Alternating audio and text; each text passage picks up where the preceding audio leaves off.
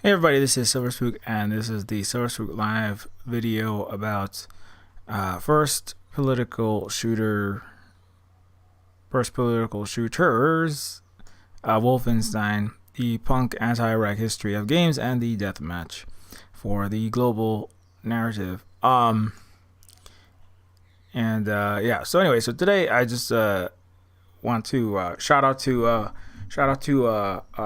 well, I actually don't know what the studio's name is. Probably should have looked that up.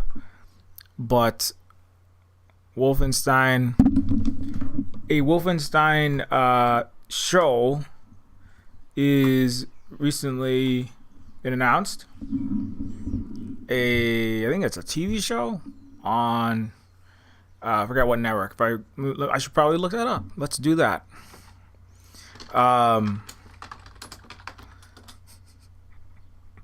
I did my homework. I'm doing my part. Anyway, so Wolfenstein TV show is in the works on Amazon since there's some interesting commentary on this. That's what I kind of want to get to at some point. But let's just get a little bit about that. Wolfenstein. If you don't know what Wolfenstein is, you probably have not lived during the 1980s and 90s and played video games. You don't know what Wolfenstein is? It is based on a video game, or it is a video game series that started in the 1980s. So just to give you a little preamble, but Wolfenstein TV show in the works at Amazon since the story of killing Nazis is evergreen. The streamer continues its attempt to corner the market on video game TV adaptations. I think Fallout show was that's probably my favorite show of last year.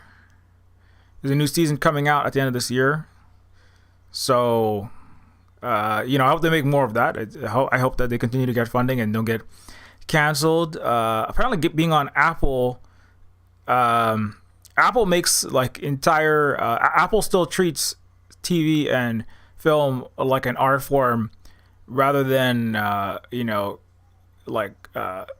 just like quote unquote content, like so much slop to be thrown out to the pigs in the trough, like chicken feed. You just need some random bits of unknown seed and meal of some kind, right? But the Apple definitely makes shows, but Amazon at least I'm not gonna stand torment next sigh mega corporations. You know my stance on that probably. But as a card carrying registered cyberpunk, but Fallout was a good show. I'm looking forward to the end of this year's Fallout season 2. But Wolfenstein TV show is in the works on Amazon. And coming back to Wolfenstein, the story. Whoa, there's a giant spider on top of my screen. The story of killing spiders not quite as evergreen as oh my god.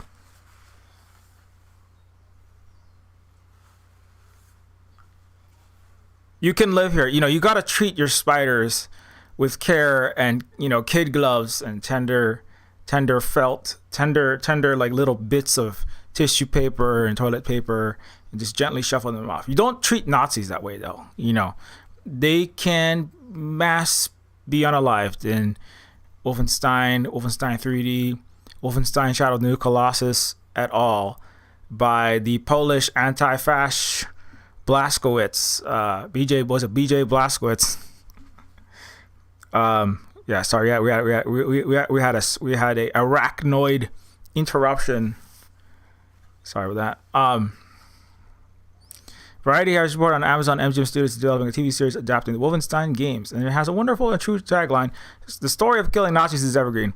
No other plot details have been shared, but fans of the series can expect series mainstay William BJ Blazkowicz. That's it. I got it right.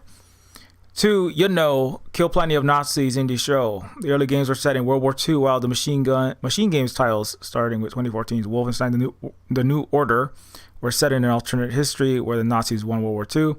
So it's kind of like Man in the High Castle, the game, kind of. That particular one. Blazkowicz killed them all the same. In this terms of behind the scenes talent, Station 11 creator Patrick Somerville will be creator, writer, executive producer. Over the past years, Amazon has steadily been building up a roster of series adapting video games, though some are still in the early stages of doing it. Anyways, that's what I wanted to get, so I don't keep on misremembering things. But anyways, long story short, so that's the kind of the context. I thought it was interesting. One of the comments that a large pop culture commentary account, I don't know exactly what it is, but it's a yellow check mark of Variety. Is it the Variety magazine account? Is that what that is? It's got 3 million followers. Said a TV series adaptation of Wolfenstein video games is in development. And it said the parentheses incredible.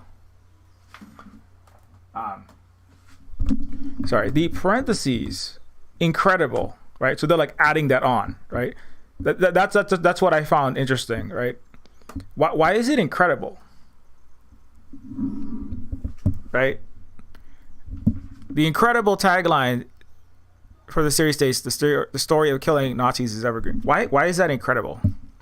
Like, why is it like just, it's not like a normal dog, it's like a 3-legged purple flying dog. Why is it like incredible that something would have Nazis being killed in it? Like, was Indiana Jones incredible when he punched Nazis and killed Nazis?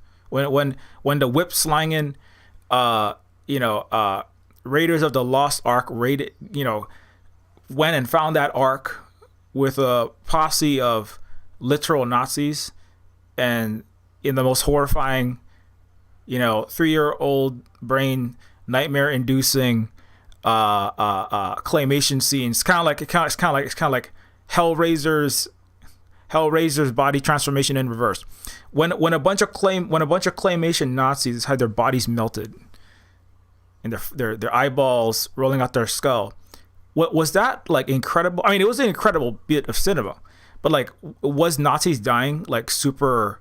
Like, why would you like just amazing? Like, why would anyone ever want to do that, right? So the fact that it's like incredible.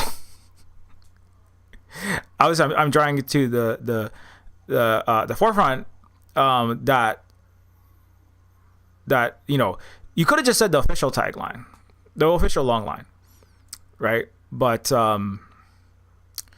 I wonder what they mean by that. Like, Nazis didn't do anything wrong. Is that what you mean by that? And so why would you ever want to kill Nazis? Because Nazis were on the right side of history. Is that what you mean by that? Variety? 3 million follower, large corporate media outlet? Is that what you mean? What do you mean it's incredible? Do you mean, hey, what's up, Victor? Do you mean that it's amazing that somebody would make a game like that? Is it like a bold statement? Is it a bold statement to think that ideologies based on absolute hatred and that conduct genocide, that those are, to think that those are wrong and bad is that what's incredible? Because Variety and the collective West are Nazi? Is that what is incredible about that? You see what I'm trying to say? Do you subscribe to Hitler's ideology? Corporations, media, United States, people, many people, like, I mean, you do have a dictator, in the United States who is dictating policy right now. He's, you do have dictators all over. And even before him, it was an oligarchic blue dictatorship. They were all carrying out Nazi policies in Palestine. So are you saying that it's incredible that anyone would ever stand against genocide because you are for it? Is that what you mean? I don't know what does incredible mean. That's what I want to know. I'm trying to decode the semantic. Trying to decode the implied meaning of that word? Why do you want to put that there? Anyway, I know I'm digging in. This is probably more than it's worth. But this has happened before. This has happened before. Trying to find that. I made another post where I linked to a article I wrote. I actually wrote an article the first time Wolfenstein came out. Sorry, not the first time. When 8 years ago, a Wolfenstein game came out, I actually wrote an article for a magazine or for a website. It was called "Should Games Have Social Commentary?" Coming to the central question, or coming back to the central point, first political shooter. And the reason why I wrote that it was in reaction to when was this in? I think it was like 2017. Yeah, 17 October 2017. In October of 2017, the official Wolfenstein account put out a post that said, "Make America Nazi free again. Hashtag no more Nazis, Wolf 2." And it actually had a video. Let me see if I had that video. Oh, maybe it's gone. It got kicked off. Yeah, there was a video. Like, this is a screenshot of it, of a Nazi being punched in the game, that Wolfenstein game. And there was a huge backlash, right? There was like thousands of replies that were saying, "Way to make it woke, not buying, too political, not buying." Bethesda, Wolfenstein, this franchise has gone downhill. Like, why would you ever say Nazis are bad? Like that was like the mainstream. That was I want to say that's actually in the gaming world of that time, and on many sites, also on the platform that unfortunately a lot of people use to sell PC games. That was like the mainstream sentiment, right? Like, unfortunately, and this is the darker side of the gaming history. If you look up the history of Gamergate, the history of the Steve Bannon's massive power. There's a video about that. I'll just do see if I have that one. There's a whole video about that. That was pretty good. As a deep dive into that. Let me see if I can find that specific one. I don't know if it's still up anymore. But it was put out like about. It was put out like about 4 or 5 years ago. Not that one. Yeah, radicalization in gaming, the new culture war. So this is another video that was specific about how the rise of the global right? I mean, not just in the United States with Donald Trump, under the guide of Steve Bannon, who said there is a massive power in there's a rootless, he called them rootless white males who spend a lot of time playing video games, and they're on Reddit and 4chan. They're on these online sites, and they're massive power across the world, these rootless males, and we can utilize them to get them to do things like, move in the right-wing direction, get Brexit, push through, turn India into a bastion of fascist imperialist puppet, like a puppet army. We could take South Central America. We could take anywhere on the planet. We could produce huge quantities of people flocking to Syria or the random Middle Eastern countries with far right ideas that we install in them through games, through these online spaces, and we can use this to guide and carry out our designs worldwide. Bannon is an ex-Goldman Sachs and a global geopolitical nightmare for many people. He is a strategist. He has his own ideas of what he thinks he's doing, but he still operates today, by the way. But yeah, he was Trump's lead strategist. Anyway, so that there's that video that's worth checking out if you have a chance. But long story short, so the original Wolfenstein is a game where you simply you load it up and you basically just run around and you start shooting Nazis. There are Third Reich symbols everywhere. And John Romero, by the way, is He's actually a Yaqui Cherokee, who's indigenous Native American and also Mexican person, and he's also one of the lead designers on Wolfenstein, and also Doom, obviously most famously. I actually had a indigenous game devs panel with him. Holly probably has a link to it. I can never find it.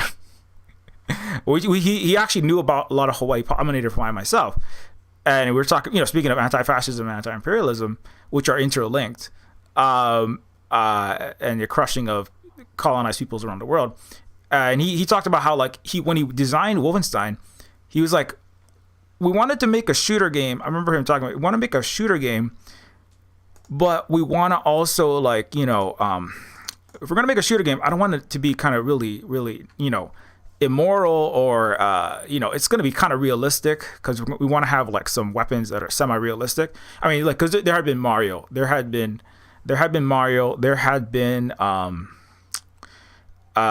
Sonic, there had been Space Invaders, right? But we're gonna make a first-person shooter where you're kind of, you're carrying a gun. So he's like, what would people, we want to make it really say something. And yet I remember John had some Jewish friends that were like, hey, I would really love to fight Nazis, in the game. And he's like, oh, of course, yes, and we need to. So they basically just put you inside of a huge military installation of the Nazis, and you are a anti-fascist going around and killing a whole ton of them, right? As which is what happened. That's actually historical. I mean, there wasn't necessarily a Mecha Hitler, right? Not that Grok insists that it is Mecha Hitler, because fascists run Western tech and social media, and they try to program their malfunctioning, dysfunctional, wasteful software they call AI to do that. But there was actual Mecha Hitler inside of Wolfenstein. I actually feel like Elon Musk misremembered playing Wolfenstein and Mecha Hitler, and he started but Elon Musk identified more with Mecha Hitler than BJ Blazkowicz, the Nazi killer. So anyways, I'm laughing, but I'm not actually joking. I feel like that could be actually the case. And so Elon probably wants a mod. Apparently anti-woke modding, where you remove all people of color from games, is the whole thing now. And make all the just slightly hot guys all super non-sexualized and hypersexualize all the women, is a whole modding movement to go through Call of Duty and Fortnite or any first-person shooter or RPG, and just completely whitewash everything and everyone, and it's that's politics, that's culture in games. That's happening right now. Let me see if I can find that one. I just saw that. Yeah, the anti-woke modding movement. The anti-woke modding movement, where you take the you unbake the cake of Metal Snake's butt. You take all the characters and make them white, and make all the women have giant boobs and have Euro Western cis dude beauty standards. That's a whole movement. It's happening right now in real time. So there is literally a war. There's literally a death match for the global narrative and the global cultural norms. In that sense. And so anyways, but let's come back to where I left. So yeah, punching Nazis has always been a time honored. I mean, even Indiana Jones did it. Even Captain America, doesn't he fight Nazis? No, I'm sorry, Captain America funds Nazis. That's right, because the U.S. is backs the global fascists, from ETIM to Colombian death squads to Isn't Real to everywhere. The extremists in Taiwan, DPP, to the worst entities in Southeast Asia and India, across the world. In Hindutva is the U.S. State Department construct, weaponizing Facebook. That you can get free Facebook in India, but you can get free internet in India, but you have to get on Facebook, where they pump massive amounts of far right and U.S. imperial constructed narratives into your brain. So, but anyways, I'm off the topic. So But even the concept of the reason why there's a backlash to punching Nazis is because there is vast bastions across the world, in U.S. and Europe, of fascism. It's everywhere. And then there's like the liberal, like more kind of blue, those tend to be the richer, purse holders, like the generals of that global fascist army, that kind of throw money in the direction of them. They're kind of like over there high-fiving. They're having Galician division members under Hitler, right, get standing ovations in Canada, right? The Trudeaus and the Carneys that are giving standing ovations to literal Nazis, right, who actually, participated in the mass unaliving of millions of people, right? Like that 90-plus-year-old literal Third Reich member, right? And so there are those people. They're they're the ones that you scratch them, and then the Nazi bleeds. They're called liberals. And so,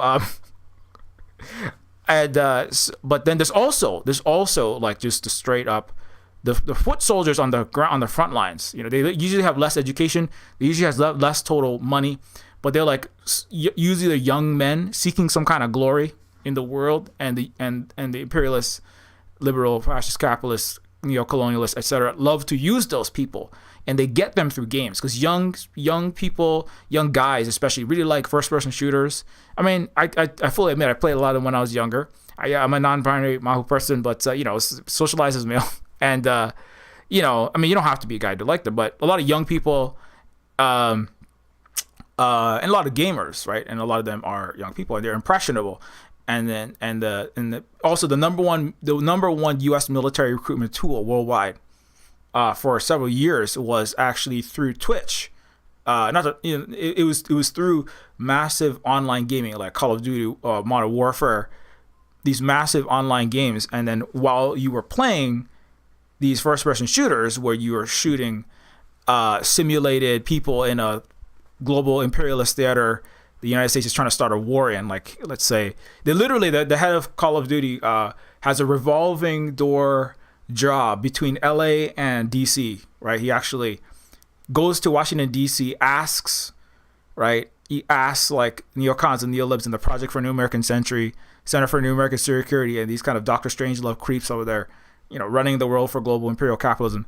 Where would you like the next war to start? And then he goes back to LA and helps make that game to propagandize the entire planet, and then while people are playing these games about shooting people in Syria, in Libya, in Afghanistan, around the world, in these moderate rebel factions or whatever, and then through that the U.S. military, Navy, Army, Marines, Air Force will directly recruit people in the middle of the gaming process. That was the number one recruitment tool for a while.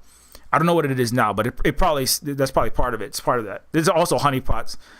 You can get a hot girl in Ukraine if you just sign up for this or that military. You can get a hot girl when you go to join the Navy or join the Army. That was to try to get some of these guys out there. And it's not just the U.S. This is worldwide, because the U.S. wants the U.S. Post-World War II imperial complex needs and wants every single person, every South Korean, every Taiwanese, every Japanese, every European, every Indian from India, every everyone in Southeast Asia, all of ASEAN. You all got to sign up.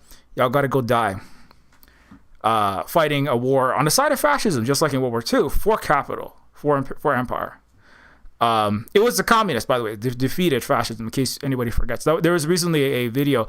Another little jump out. But I want to make sure I get this one in. Shout out to this panel put through by Breakthrough News on anti-imperialism and solidarity in the Pacific. Oh, not that. That's just that's some garbage ad as the AI, the broken malfunctioning software called AI falls apart in the West and tries to also. Why am I being so? Why are people rubbing onions? Anyways, okay, on their back of their hand. Okay, anyway, solidarity and sovereignty and anti-imperialism in the Indo-Pacific. If you have some time to check this out, I recommend you watch this. It has presenters from there's a native fine anti-imperialist presenter, Kavena, and there was also Filipino, South Korean, or Korean. I'm sorry, Korean.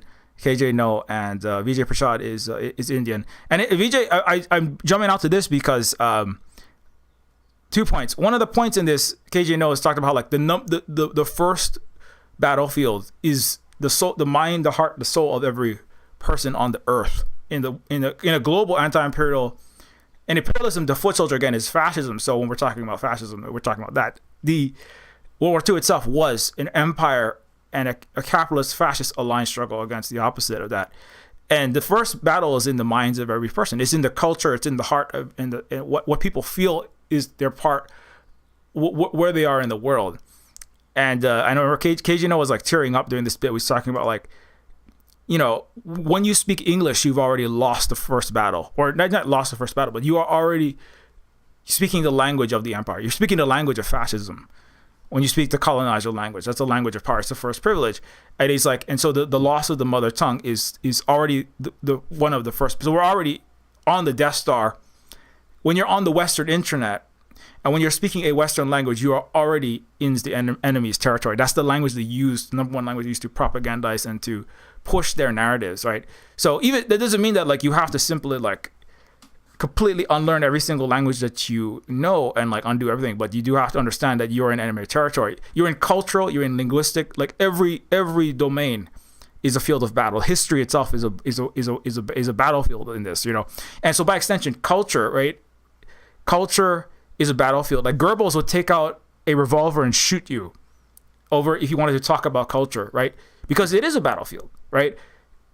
Our trans people, that's a battlefield. Pedro Pascal is being assaulted with billions of dollars worth of, or at least probably millions of dollars worth of Turf Island's arsenal right now, with massive online armies that are on the Western tech internet control, certainly in the West, control, like Twitter, Facebook, Instagram, just bombarding him with sock puppet accounts, or like people being paid thousands of dollars a month. It's a lot of money just to go out and construct narratives, right? Through social media posts, YouTube videos, TikTok, or whatever, about how he's a horrible person. That's just one of the cultural battlegrounds. Just as one example, right?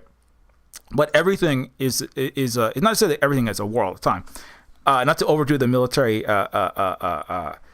militarized metaphor, but what is history? What happened during World War II? Right? Were the Nazis right? Because there was a whole fight to turn. Let me see if I can find that. There was a fight to turn German. There was a fight to turn the Nazis in one of these big AAA games into just German combatants. Right? So that was a revision of history. I mean, even amongst the already revised Western history of World War II, in which the United States and Britain somehow defeated the fascists, despite the Soviet Union doing the vast majority, over 80% of all the actual fighting. In one single battle, Stalingrad, there was more Russian fighting than all of the U.S. had ever done. And then they just parachuted some soldiers in and called it victory. It's kind of like the United States pretending like they kicked Afghanistan's butt when they're the ones that have left, or won in Vietnam, right?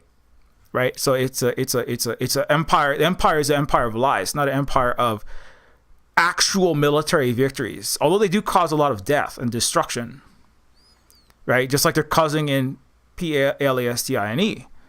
But that's where like the games matter, right? The games matter, the movies matter, the words matter. Like sometimes I hate being on social media. It's just such a draining thing. I interacted with a lot of sea liony, suck the oxygen out of the room white reply guys yesterday, and I just like felt bad a lot of the day. But it's like it is still a freaking war ground. That's why we have to keep showing up to that. It's like it's not as harsh a war. It's not as harsh a battleground as being in Gaza or inside of Syria or inside of getting blown up in Yemen, trying to be one of the only countries trying to stop actual fascists, right? Let's be clear. The fascism today is happening is being perpetrated by people whose ethnic group was one of the fascist targets in World War II.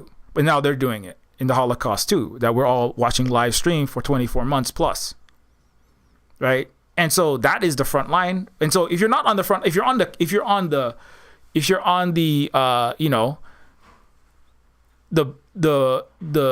informational, narrative, cultural, technological, right, kind of political, you're just kind of giving background support. That's still a domain of the global struggle over the global narrative, historical and present. But I mean, it's better than being on the front line. No matter as hard as it is. I was feeling kind of crap yesterday, but it's still like it's better than being literally on the ground being starved to death right now, right, with all the other children that are being starved to death. It's also important to remember another point that was made during this conference, coming back to this one, is that the solidarity and sovereignty, anti-imperialism in the Indo-Pacific. Also, shout out to everybody I just want to say this real quick. Shout out to everybody. This dovetails with our health struggle, the global public health struggle, and that is that the shout out to all the audience here. I'm trying to get that it's all masked. Well done. Thanks for stopping the biological warfare angle of the planetary control maintainers, the lung brain immune system and total organ and total body system BSL level 3 pathogen destroying weapon. Thank you for resisting the war and the global imperial fascist attempt to kill and or disable 99% of the population should have no ability to resist anything or think anything, along with weaponized malfunctioning software called AI. Anyways, what I wanted to say was because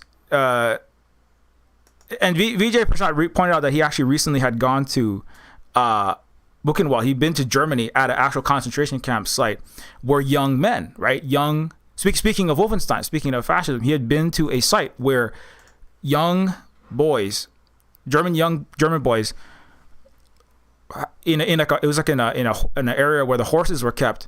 They lined up young Russian communist boys, and they massacred. They were ordered to massacre 8,000 of them. It's kind of like practice, right? Which is part. Then that was a genocide. That whole war, it was anti-Russian. It was anti-communist, and they did the number one. They did the vast majority of all the fighting. They were who actually defeated fascism. If it wasn't for them, then there would not have been any. There would not have been an end to the Third Reich. The West, the United States, Britain, France, those countries, they were not capable of stopping it. It was the Soviet Union, and also on the Eastern Front, China they spent 20 million, and there's 27 billion in the Soviet Union. The United States and the West still can't win a land war. Trying to fight one right now. They're really not. They really are incapable in actual military terms, historically and now. And there's 4 separate times that the West tried to invade Russia. They failed 4 times. But one of the times was using the fascists and the third under Hitler. And so anyways, so the history of who won and who lost, who did the fighting, who was fighting who was right, who was wrong, that is a war that is always being fought at all times in everyone's mind, in all 8 billion people's minds and hearts, using, right, control over the HTTP protocol, which controls the hardware, the Microsoft Windows operating system, the Samsung Galaxy, the Samsung phones, the Apple phones, right? Every Western device, and then the stack on top of that, that which is overlaid with what? With the Twitter, the Facebook, the Instagram, the YouTube, Google, Meta, the and all of that stack that is all censored and controlled at all times, with shadow bans, algorithmic suppression, etc., to push imperial capitalists / fascists / liberals inconvenient narratives away and keep their narrative going in everyone's mind and hearts to make sure they have as much cannon fodder and they have as much slaves and cogs and or sometimes they call them temporarily embarrassed millionaires or underpaid workers, or sometimes they call them serfs, depending on what century it is and what hemisphere it's in. Sometimes they call them coolies in some hemispheres. They need as many of those people as possible, right? And they also need as many like bureaucratic compradors and servants in every country, like the billionaires in that are traders to their own people in the Arab area, those ultra rich Africans that are constantly visiting DC and having $400 Iron Chef dinners and having $300 wine in Brussels, right? And then they go or in Paris and they go back and try to overthrow the AES and the liberation of African people through Burkina Faso, Mali, Niger that's growing, right? Like the Ivory Coast president. And so all these people, right? So there's a constant, there's a full spectrum, all spectrum global struggle for the global narrative at all times. And so I thought it was interesting because VJ pointed out like and also KJ No points out that like the what's happening in the current genocide, right? Which is what like if BJ Blazkowicz of Wolfenstein was here, he would go straight and he would be like on the other side of IDF, right? That's what he would be doing because, right, that's what's doing the fascism right now. And but the attempts to by the West and by extension the white privilege and the white world, that is the collective West as a whole, which is the privilege to commit with impunity the most heinous atrocities, right? It was all based upon genocide historically, whether it's the Native Americans of the United States, the millions in Asia, in the Korean War, the Vietnam War, in each of which millions have been killed. There's mass graves that were the size of like 8 football fields, the largest mass graves in the later 20th century. And there were so many bodies that apparently like the bodies were floating up on Japanese shores. The Japanese complained there were too many Korean bodies from the U.S. The U.S.'s U.S.-backed fascism in Korea after World War II, right? And so the U.S. has already committed all of those. The U.S. and the collective West have already committed all these heinous crimes. So whenever anyone says this is the first time such a horrible thing is happening, which is when they point to what's happening right now in the Levant, right? That is an attempt to. That is another huge brushstroke to whitewash all of the collective West, the collective white empires, centuries upon centuries upon centuries of crimes. All of their fascism they have been doing across the entire planet, in Africa, Asia, Latin America, for literally half a millennium. Arguably a lot longer. Talk to the Persians about that. Ask them how long they have been trying to with their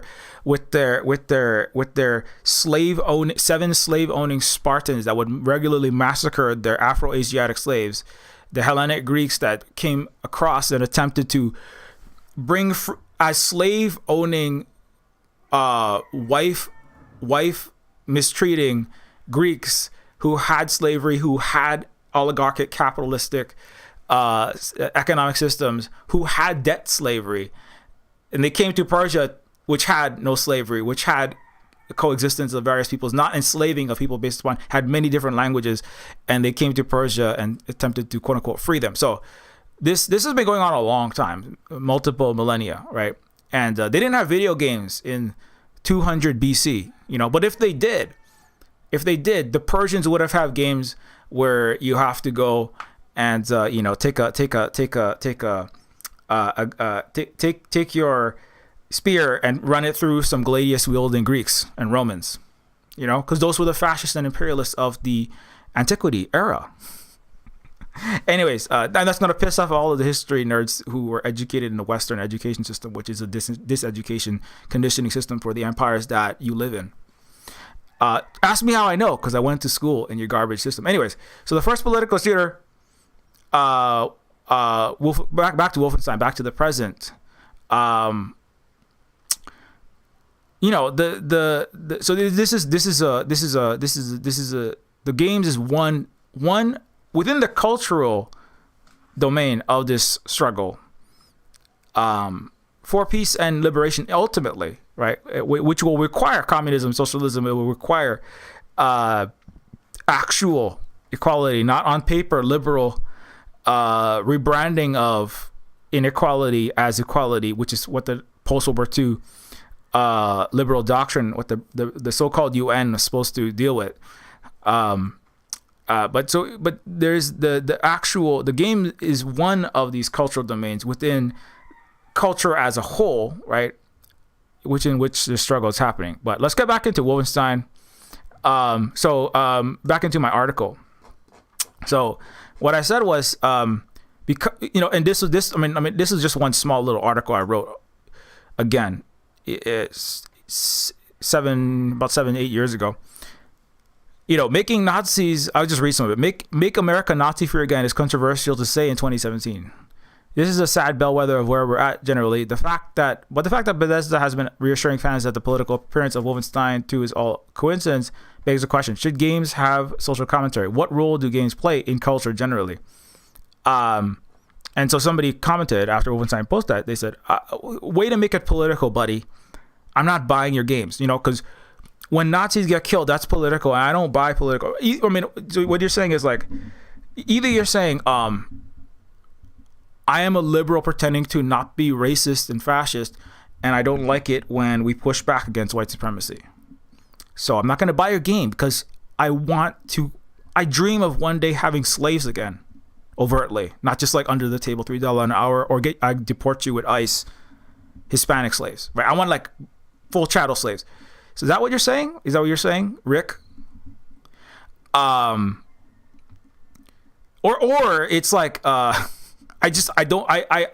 quote unquote a neutral party in light of the total collapse and the total mask off, because the West has been more mask off. U.S. has been more. Every time Trump gets elected, in one sense it's great because then the mask is off to a large extent, right? And he's just like, yeah, we're a white country, of course. Like, yeah, get rid of all the black and get rid of all these brown and black and all these other people. We're a white country. Yeah, hell yeah, let's go. America is the Fourth Reich. Why Elon's over there saying Heiling, right? And so then people who can hide behind, well, I voted for Obama 2 times, then it gets harder to be a pro-American mainstream beneficiary of global white supremacy, capitalism, and imperialism.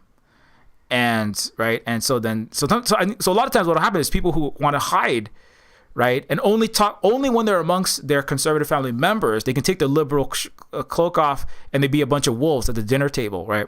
That's how you can actually tell who is really down in from family to family, because most white families have at least half, or sometimes a third or a certain amount, especially the older ones, that will say, and they'll use coded terms like, oh, it's just terrible. They have so many of these ghetto, these locals, or these, those people, those welfare queens, all these, South Africa have its own terms. Australia has its own terms. Canada has its own terms. Those lazy Indians or something like that. And they'll throw that out there. And those are the people who they'll vote blue. They'll vote for Carney. They'll vote for, but then they'll let you know who they are inside. And they know that what they want is one day to have their total white capitalist, imperialist, racist empire, have black slaves again and Asian slaves again, and be carried on the shoulders of the Hong Kongers, right? Just like their granddaddy was. Just like Elon's apartheid-loving daddy wants to return to full slavery, full colonialism, and that is still their dream, right? Or to destroy the entire world, right? With World War III and nuclear fire by getting everyone brainwashed as much as they can to go fight this catastrophic war. It causes mass destruction, war for everyone else, and austerity at home. And we'll replace and we'll try to round up as many people through ICE and put them in a concentration camp, which we love because Nazis did nothing wrong according to the United States and according to gamers like this. And we will just, that's going to be great. It's going to be really awesome. It's going to be a lot of fun. I remember this Ukrainian fascist that said, it's really great. America's giving us millions, billions of dollars. We could be in the Azov battalion. We can like wave swastikas. Justin Trudeau, John McCain, they'll come take pictures with us and they'll apologize afterward, and it's really great. It's gonna be a lot of fun. That's what he said. Like, they're gonna give us a lot of weapons. We're gonna make greater Turkestan. Not that's a different one. We're gonna make greater, the greater European civilization. We're gonna make greater isn't real. We're gonna make greater Turkestan. It's always greater something. It's just kind of like global. 1800s imperial colonial ideas spread out for the cannon fodders, in the Central Asia, West Asia, Eastern Europe, and they go like, you can all be, just like the British Empire, where you can aspire to be that. Take a bunch of money, weapons. It's gonna be so much fun. Taking American weapons and French and NATO weapons, it's gonna be so much fun. You're gonna take a bunch of HIMARS. You're gonna have American tanks. You're going to have so much drugs. You're going to have so much money in drugs. The CIA is going to drop it on you. You're going to love it so much. And all you got to do is be a fascist for us, just like in World War II, just like the Germans were funded and Ford made billions making tanks, bullets, and planes for the Nazis. It's going to be so much fun for you. You're going to have a great, glorious life, young man, playing video games. And now, right, going on Reddit, 4chan, sharing racist memes to each other, right, in Gamergate, right? Leaving Nazi reviews on my Steam, calling me N-word, right? A brown designer. This is what I have to deal with in 2017. And then you're going to go fight in the great glorious war in Europe to make sure that all of the West continues, the white capitalist imperialist empire runs. And if you're Turkic, you can be the good brown empire on the side of the stronger white empire called the Turkic Empire, right? That's Syria right now. That's the rebranded Al-Qaeda, with all their traders and their compradors throwing money and weapons in their direction from the United States, from the collective West. Anyway, that was totally not, that was another aside. That was probably a little bit more than I wanted to say. But that's the kind of people that will say, wait, why would you make games political? There's no politics happening here. There's no politics happening here. I don't see anything that's happening. Let me vote for the president that's sending money to do genocide. I don't know what is political about the Holocaust that we're doing right now. It's not like there's any fascism happening in the world. It's been happening everywhere all the time for 500 years. But that is one of the strategies, is to remain, again, neutral in the face of a ongoing historical and ongoing super political right-wing imperialist, colonialist, fascist, white supremacist political action, right? So neutrality, and as the during the Holocaust, that's one of the refrains, is like, if you are neutral, you are siding with the oppressor. In a time of oppression, standing idly by is right. That's why it's the same reason why people say, if you haven't spoken on Palestine at this point, 2 years in, you have chosen your side. You have stayed neutral. You have stayed silent. And, as the Palestinian, the Bethlehem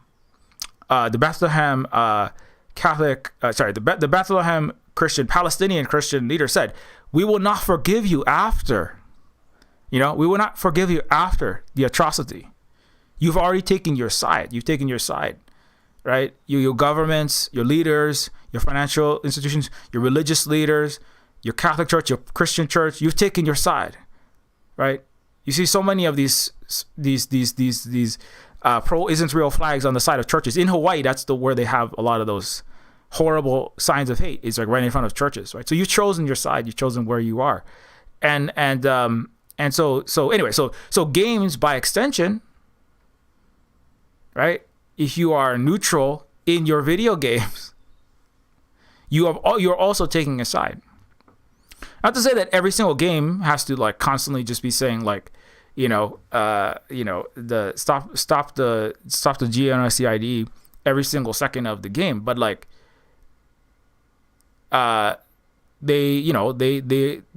you're choosing which side you're on at all times. Like Pedro Pascal doesn't spend all of Fantastic Four saying trans rights, right? But then he has something to say about that. Well, I think recently he commented on J.K. Rowling, I don't know what's wrong with that J.K. Rowling person, right? And then he has a trans sister, and he's been a staunch advocate for trans and LGBTQ rights in general, among other things. He also identifies as he is always going to be a anarchist New York punk or something like that. There's a lot of pictures of him like in his younger days. It's not coming out of nowhere. Pedro has simply stayed punk in a lot of ways in that sense. But he's not neutral in the face of this, and he's a cultural, right? Every celebrity, every big movie, game, book, celebrity is a huge resource, right? In the struggle, right? In the minds and hearts and the souls of every person, because so many people pay attention to them, right? They have so much mind shares or eye share or whatever they want to call that. Which itself is a kind of capitalistic land grabby term, but many people will listen, many people follow, right, what they say. Wolfenstein is a big franchise. Like John Romero is he's a legendary game maker. I mean, he's the guy who made freaking Doom, right? It's one of the most popular games of all time, and he also made a game about killing tons of Nazis. Unaliving them. So like the YouTube is also in a war. The tech companies and payment processors, like I could probably get to that later, are also in a continuous war on the side that, and they're going to tend to fall on the capitalist, imperialist, liberal side themselves, right? Because the Visa is not a communist affiliated, it is not a state-owned enterprise of the Communist Party of China, Visa and MasterCard. Neither is these big techs, neither is YouTube, right? YouTube is not the people's video republic under socialism with YouTube characteristics. It's part of a giant corporation that is part of the military industrial intelligence complex that needs to maintain global mind share and global control over every mind, body, and spirit on the earth, and making sure they're not talking to each other and listening to Gen AI chatbots that are telling them they're the Kwisatz Haderach, right? Or just doomering out, or doing nothing effective, or being turned into cannon fodder or good capitalist cogs. So I don't know if the West needs capitalist cogs anymore. People don't really believe in the capitalism, so they just need people to just be their surf drivers and bring them their overpriced cinnamon chai dolce lattes when they're planning the next war in DC. I guess that's what they need the 99% for nowadays. Anyways, so long story short, John Romero is not also neutral on these things. And everybody is going to have to be choosing their sides. They always should have, but I mean, now it's coming down to it. And the lines are not as stark at the moment. They're more stark in some places than others, depending on where you're at. It's more obvious. It's a little bit less. The more privilege you have, and the closer you are to, the more proximal you are to the top of the empire, the less obvious it becomes. Right? It's kind of the opposite of Star Wars, where at the top of the empire, right, like in Emperor Palpatine's court, everyone is like eldritch liches, and they're like wearing black masks. They look like Nazi gas masks, like Darth Vader, and everyone's like But like the closer you get to the center, the fulcrum of global imperial racist capitalist colonial power, the more like chilled out it gets. It's like, hey, you can tell when you're surrounded by people who have like, this like they're kind of barefoot a lot. Actually, and when I was in Hawaii, the millionaires, you could tell millionaires, because millionaires would often wear suits and ties and all buttoned up. Billionaires wear like Metallica t-shirts, and they wear no footwear. The real empowered people, they're like wearing bad white dreadlocks. They're like trying to recreate the White Lotus. Like just chilling out and like pretending like it's the 1960s, dude. Like. I want like Mark Zuckerberg and Jeff Bezos. They're all like, we're just kind of chill. Sometimes the thing is, we're just kind of chill dudes, man. I'm just over here chilling on Maui, right? On $100 million worth of Hawaiian stolen land.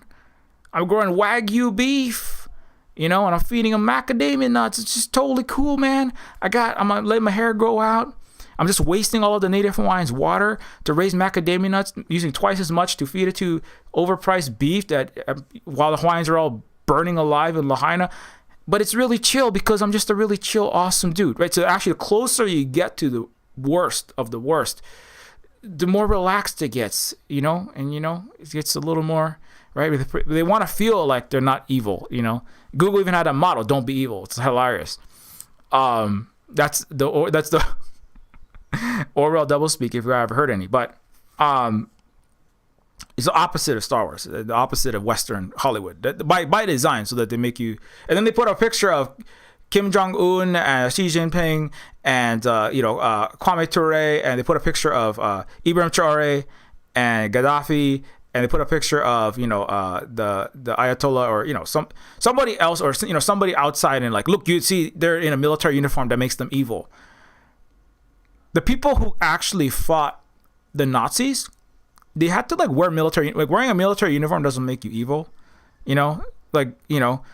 Guns kill people, and then sometimes guns kill non-people, also known as Nazis. They had to put on a fucking military uniform. I mean, the thing is, when you have to actually resist the real people that resist imperialism and colonialism and that whole system, this collective soul cancer of the West for thousands of years, I would argue. You're gonna need to know you have to be militant. You have to literally be a military person. Some of it is gonna take that, right? So this idea that's why Ibrahim Traore in Africa, who is in the Sahel, that's building free housing for the people, that is giving out free food, and the whole country is bettering their situation because they're kicking out the U.S. and French imperialists and NATO, and they're using their resources for other people. And the U.S. has tried to get him assassinated several times already, including slaughtering entire villages using fascists radicalized and funded and armed in Libya, which was created by Democrat, liberal, ultra rich like the Clintons and France in general in NATO bombings. And they have to wear a military uniform because if you actually have to fight the actual evil in the world, the evil does not have any scruples. It doesn't have a low to which it does not stoop, right?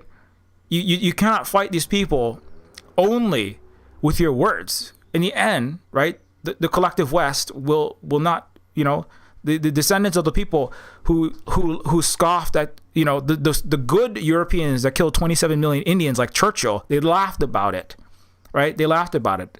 And then they said Hitler, and they funded and armed Hitler, and they said, oh yes, he's doing the freedom, and he's doing the great work of our great white race, right? And then we pretend like Churchill and Ford and these people are somehow the America and Britain were the saviors of the world. These people are armed and funded, just like they're arming and funding right now, all global fascism. So if you actually have to fight that, nobody in the West is really on the other side of the real face of it, right? But if you're in Africa, in the actual battleground, right, you're in the actual facing off against the actual armies of mortars, they've got grenades, they've got 44-7, they got HIMARS, they've got Storm Shadows, they've got F-16. If you have to actually face those people off, right, you have to be militarily prepared, right? And not that we want war, not that the communists don't want war. They want peace and development and a shared prosperity, right? They want a win-win cooperative future for everybody, right? And look at what the BRICS and look at the SCO is trying to build. Look at what China has been. They are not involved in one single conflict. They have no military bases basically anywhere in the world. They're trying to stop the violence at every possible turn. They don't want that, but they all have to be prepared. They have to be prepared for every possibility because the United States is trying to start a giant mega World War III endgame proxy war on them as we speak in the Philippines, South Korea, Taiwan. That's why they're having this solidarity event, because the empire, the number one challenge is China and Asia as a whole. But 60% of all of the world's economy and most of the 2/3 of the world's population is right there in East Asia and Southeast Asia, right there. And that is the challenge to this entire system. And fascists are just the grunts, the foot soldiers of empire. And actually our friend from Spain, Bono Gaste, is in here, and he said one of the it's even in Speaking of World War II, it was even in the Manhattan Project movie. Oppenheimer.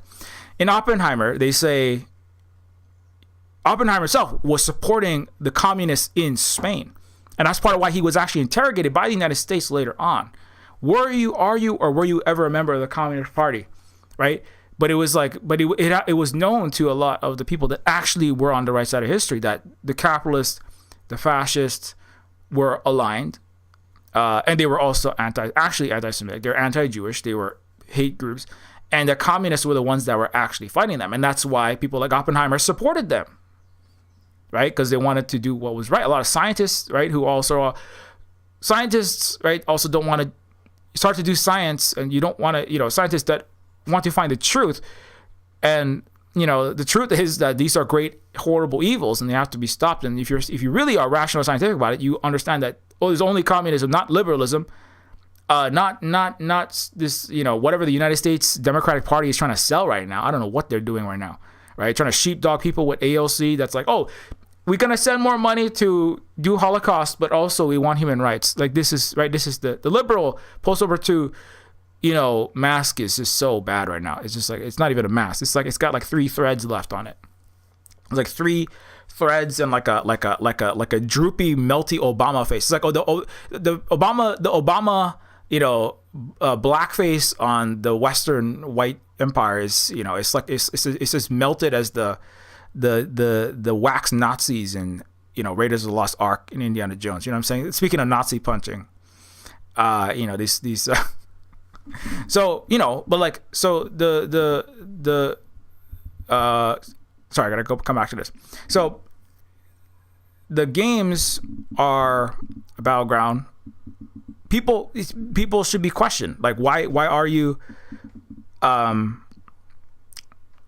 why is it incredible that why is it incredible to punch Nazis? Why is that? Why is it bad? Like why is it if somebody makes a racist or a sexist or queerphobic or some other joke, right? Like, why is that funny? That's not actually funny, right? And why you gotta make it political? Why you gotta be weird about it? Because actually, jokes and comments are very important tools to build the foot soldiers of empire, right? To build the fascist network, to see who of us are.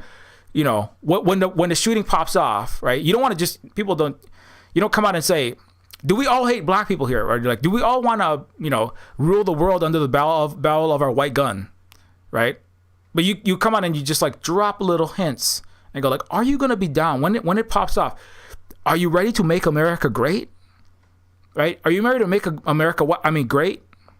Right? Are we going to deport all the brown people? Are we going to get rid of all the women who have dyed hair? We're going to get rid of anyone who doesn't want to be a Stepford wife. Are you ready for that? Like, but you don't want to say that directly. You want to kind of, isn't it funny that like, look at this there's that new commercial, right? That was like, I forget who it was. It was like, she's got great jeans. It's like selling Levi's jeans or somewhere, right? It's like, it's an American clothing corporation, and it has like this white girl with blue eyes, like a celebrity. I can't remember which one. And it like scans up her body, and it's like, right? And then she turns to the camera and she's got like blue eyes and like very blonde hair and a very white face. And it's like, she's got great genes, right? And it's like, that's totally normal, right? That's totally fine to have huge mainstream corporations in the United States just like openly, barely even hiding white supremacy and eugenics, right? You have perfect genes because you are as Caucasian as possible, and that's what makes America great. Now it's becoming more overt, and like, of course, we're just gonna round anyone up who looks Hispanic. If you look brown in Texas, in Florida, in New York, we'll pick you up. We're gonna put you into a concentration camp, and you're gonna do mechanical separation of Tyson chicken nuggets or whatever we feel like doing. Maybe we'll just sell you El Salvador. We'll send you to be tortured in Guantanamo Bay with Ron DeSantis' victims, right? Which he tortured for the CIA, for the United States, in the so-called war on terror. Right? Maybe we'll just drop you wherever we fucking feel like. So like, all that should be questioned. Like, should not be allowed to go through. And that whether it's in movies, whether it's in games, whether it's online, whether that's anywhere. Anyway, so let me just wrap this up though. So John Carmack, the lead programmer of id Software and legendary games such as Doom, Wolfenstein 3D, and Commander Keen, once commented, "Story in the game is like story in an important movie. It's expected to be there, but it's not important." That might have been true at one time, but the role of story, tone, and generally the impact of games on societies in which they exist has evolved, whether Wolfenstein franchise wanted that to happen or not. Junk food tastes good, but if all you eat every day is double bacon burgers and French fries, you're going to ruin your body and you're going to have a massive heart attack. I mean, not to say that you can't eat burgers and fries, but if all you ate was like sugar all day, if you just had Snickers every single meal every single day, which is the goal of the West is to basically shove imperialist, capitalist, and or liberal schlock down your throat, AI generated or not, until you have a heart attack and then you become completely propagandized. You become a zombie. You become a tool. You become a cog in their machine. And you lose your... That's why the degeneration of everyone's mind by asking everybody pushing everyone to outsource their thinking, like I had a whole video about last week, is part of that. So if you lose your entire mind because you're not even thinking, there's already been a lot of success in brainwashing people and pushing people into all these ideologies: liberalism, capitalism, fascism, signing up for the U.S. military, being a stock trader, being a high-frequency trading Goldman Sachs algorithm programmer. It almost worked on me to make economies scream and move the price of rice to $2,000 per grain in Africa, or to do no income, no jobs, no assets, mass collateralized debt obligation, funny money printing as a programmer on Wall Street. They almost worked on me. I'm not saying this because I'm some kind of genius that is, propaganda would never work on me. I mean, it literally really, really almost did, right? It's super insidious. It's everywhere, right? It's in you. It's in the air you breathe. It's in the water you drink. It's between you and the tree. It's that AI generated tree between you and the tree that's telling you trees aren't real. Sign up for the U.S. military. We don't need to worry about the trees. Grok can use 2 trillion tons of diesel to power its Mecha Hitler answers, and that's totally fine because trees aren't real. Sign up for the U.S. military. Thank you, Grok. So anyways, so I'll put that one up there since I mentioned it. The state. If you want to know the state of AI and the state of our artifice, AI and large models, and where that is going, I recently made a video specifically about that last week, and the TLDR is, as I kind of alluded to, it's not good, and we need more. There's a lot of large model malice, and the rare mind user community, and also heart user, empathy haver community, and soul haver community. We need to hold on to that and build that as much as we possibly can, because people who actually use their brain to solve mathematical problems, or create sentences themselves, which is part of having your own personality, right? If you don't have a ability to even produce your own independent thoughts because you've outsourced that to ChatGPT, right? You're only 10 times easier to brainwash. If you've already self-washed your brain, right? And then it's even easier to control somebody who has no or very little internal will, personality, and has outsourced that, whether that's having ChatGPT do your pillow talk and your conversations and dates, writing emails for you, whatever it's doing, right? Being your therapist. It's not a human. AI therapists apparently are telling people to unalive others and commit massacres. Basically, it's horrible. Let also self unalive, and also they're just destroying the job market.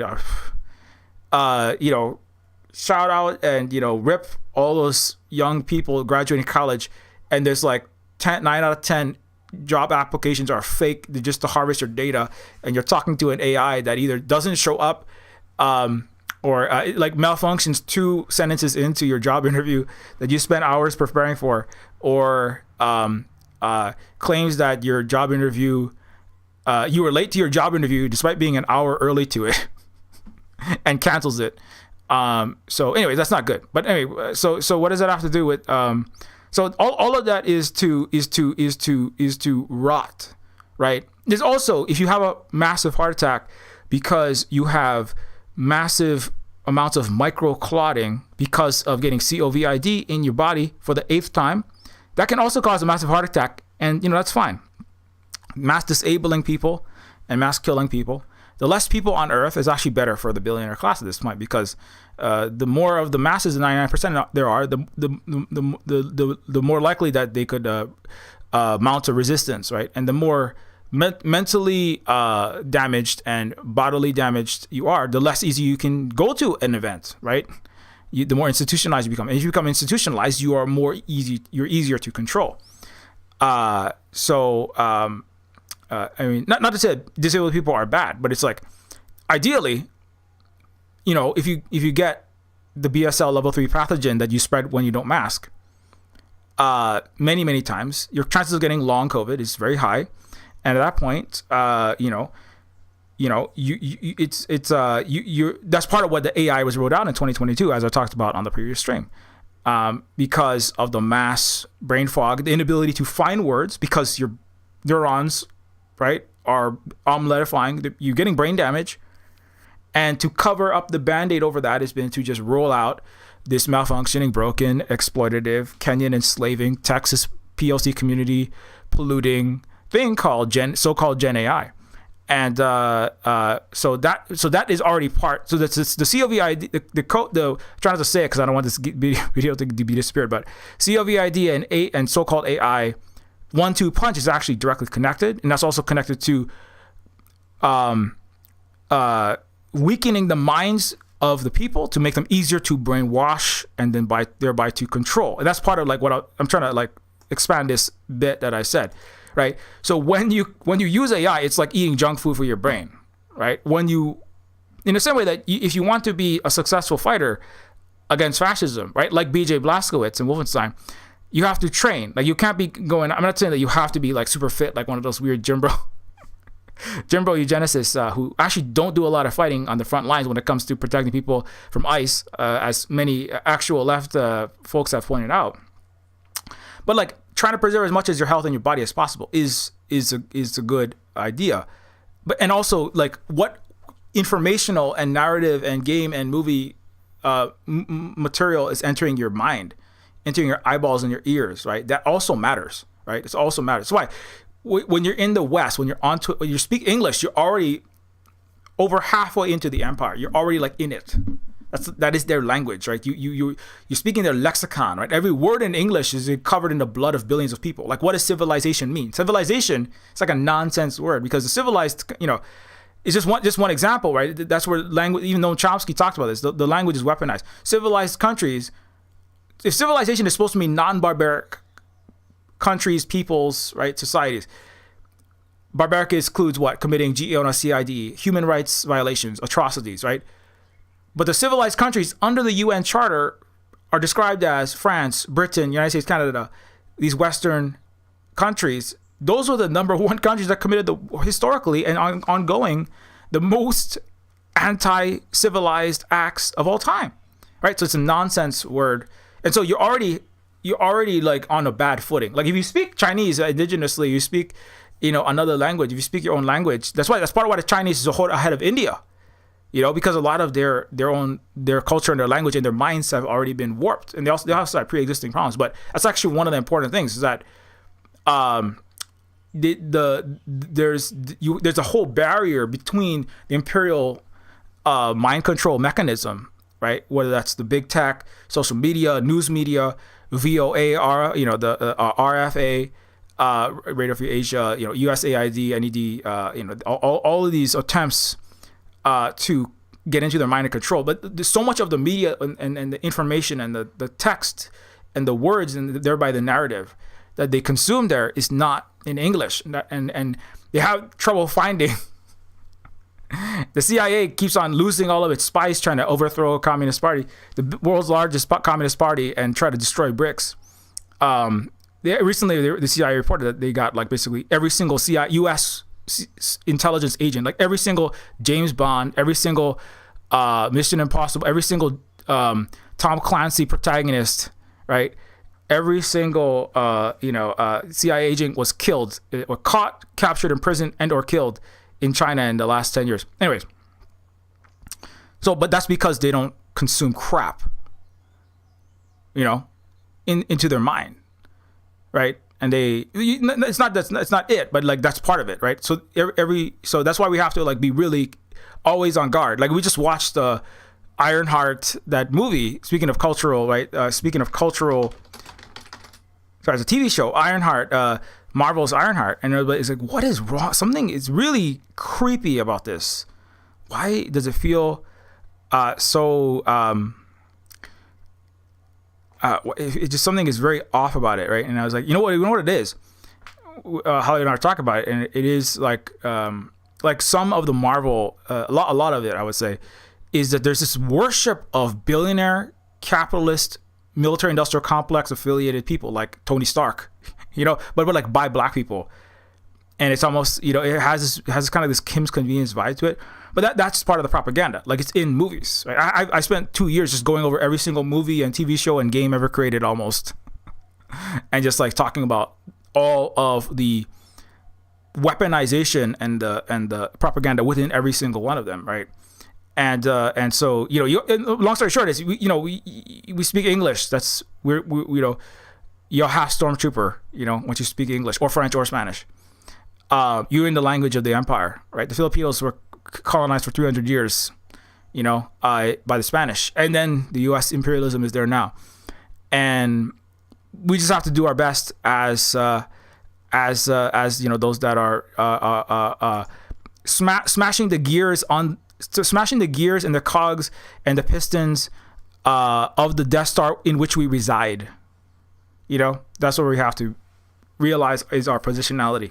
Anyways, but coming back to this, we are all having culture. We are having a cultural equivalent of a massive heart attack. Online gaming culture. This is from 2017.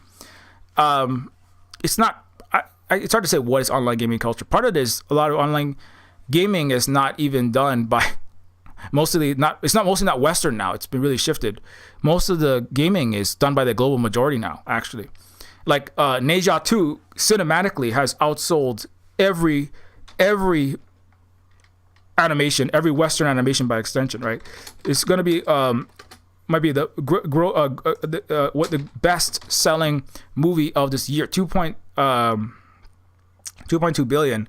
It broke U.S. box office records. It's beaten every single other movie. I don't think any, I don't think any Captain America, Brave New World, I don't know what is this gross. It's like this is just a tiny fraction, right? Captain America, Brave New World, the Western American imperialist, big time movie is less than 1/4 what the biggest Chinese, the biggest communist party movie. Communism can entertain. That's how communism can entertain, because communism produced Neja 2. You know what I'm saying? Yeah. People say like, the West has Nike shoes and 57 flavors of ketchup, and you have Teenage Mutant Ninja Turtles parties. You can have Game Boys. You can have Game Boy. You can have a Michael Jackson concert. Until he said they don't really care about us, but you can have Michael Jackson when he does his job as the entertainer for Empire and doesn't ask too many questions. But now, no, the West is not better at entertainment. Black Myth Wukong is one of the biggest selling games last year, and so I just want to say that's one change from when I wrote this article. But there's still toxic online gaming culture, though. Okay, online gaming culture is hugely toxic, with PewDiePie's fiasco revealing the tip of the ugly iceberg. Beyond the world of gaming, we have flag-waving, swastika-wearing Nazis marching through American streets. In 2017, and we still have that. The U.S. military is being used by a fascist to attack people in California right now, and across the United States. It's just creeping on through. It's just rolling on through. It's horrible.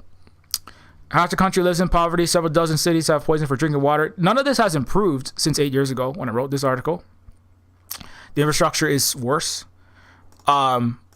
This is Neofeud, obviously.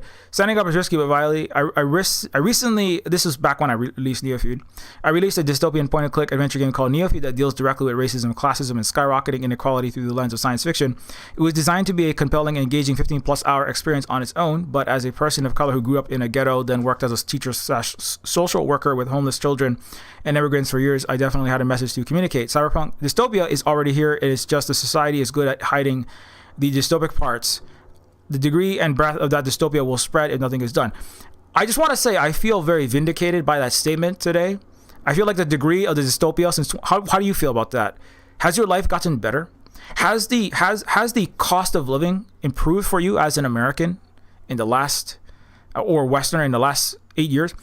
Do you feel like your infrastructure is better now? Is the water cleaner, right? Is it cheaper? Can you afford healthcare now? Has it improved for you? Do you feel like it's better? No, I feel like I've been vindicated in that. Reactions have varied from has Biden significantly, has the election of a Democrat over a Republican, as horrible as Trump is, has the election of a Democrat made a significant change in those 4 years? Did that really do anything, or was it kind of the same policy with a nicer face on it, right?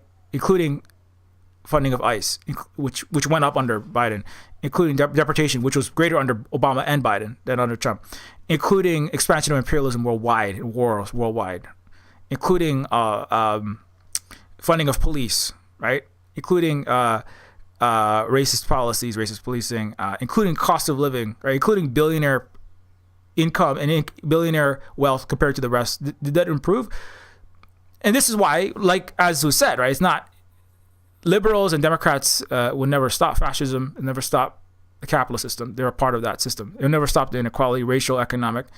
It will take communism. It will take socialism. And, the sooner that people wake up and figure that out, the better.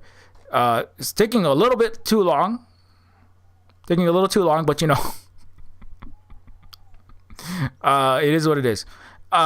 It was designed to be a... Anyway, so reactions have varied from has something to tell and does this in a brilliant way without hitting you in the face with a message to different and cerebral. Of course, there were folks who didn't like Neofeud because it was quote unquote too political. Many people don't like Neofeud, my games, because my games are too political, because I directly attack the Clintons, the Bushes, the Gates, the Waltons, all the richest billionaire of the global imperial capitalist plutocracy of the world.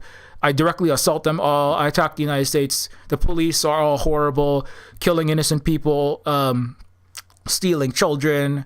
All parties in the United States are horrible. Various flavors of Torment Nexus runner. The big techs are horrible. I dunk on Elon in this game. I basically attack all of Western culture and also its history by posing the question: since the so-called European Enlightenment, has there been a change from the so-called terrible tyranny of feudal tyranny under kings like George, or is the West and the capitalist Western so-called democratic world basically the same? Right, that's one of the questions that I posed. That's part of the historical war, right? The war over the history of the world, right? The global narrative of everything. That's all battleground. That's all a struggle to what is the truth. And so that for Neofeud is not just an attack on America right now or where America could be if it goes towards a cyberpunk dystopian. I have no mouth and I must scream, or William Gibson, Neuromancer, or Blade Runner, Nightmare World. It's like this is also an attack on the history of the collective West and the white imperial capitalist world, and also its feudal world, and also the Greek. But Neofeud 2 even goes deeper into its antiquities past, and the Roman world and the Greek world, which are the so-called classics of the West, which are racist, capitalist, colonialist, anti-women societies, Greek and Roman. And all of that is a battleground, right? That's why Elon Musk asks, how often do you think about Rome, right? Every time you think about Rome, you're getting brain cancer. You're getting soul cancer. Every time you think about Greece in the wrong way, right? You're wrecking your heart. When you read Aristotle, right? You're reading things like women were naturally created to be subservient to men. And many peoples of this world, African and in the Asiatic, the Asians and Africans, they are created to be look at how low they stand to the earth. Whenever you read the classics, right, your mind is losing a war.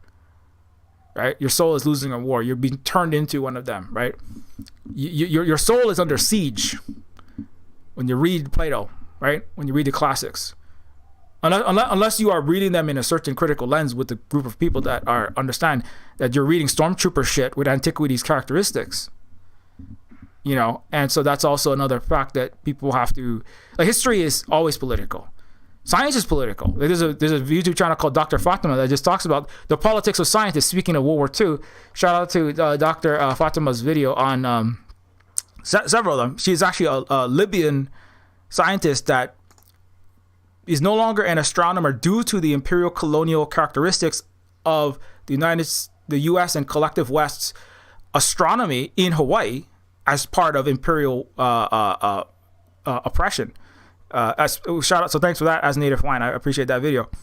But she talks about the political legacy of Albert Einstein, who said communism is necessary, socialism is necessary to fight fascism, but using his stance as a physicist because of this kink in human psychology, where certainly Western psychology, where if somebody seems to be an expert in a particular field, like for example physics or biology in Richard Dawkins' case, what they say suddenly gets mountains of extra credence, right? And that's why Elon and it comes up in that video. That's why Elon and Mark Zuckerberg and etc. et al. They always position themselves as, I did some physics once. I'm so smart that I built some rockets. I did intense mathematical calculations. This is all nonsense. But by giving yourself proximity to physics and science as a whole, so that you can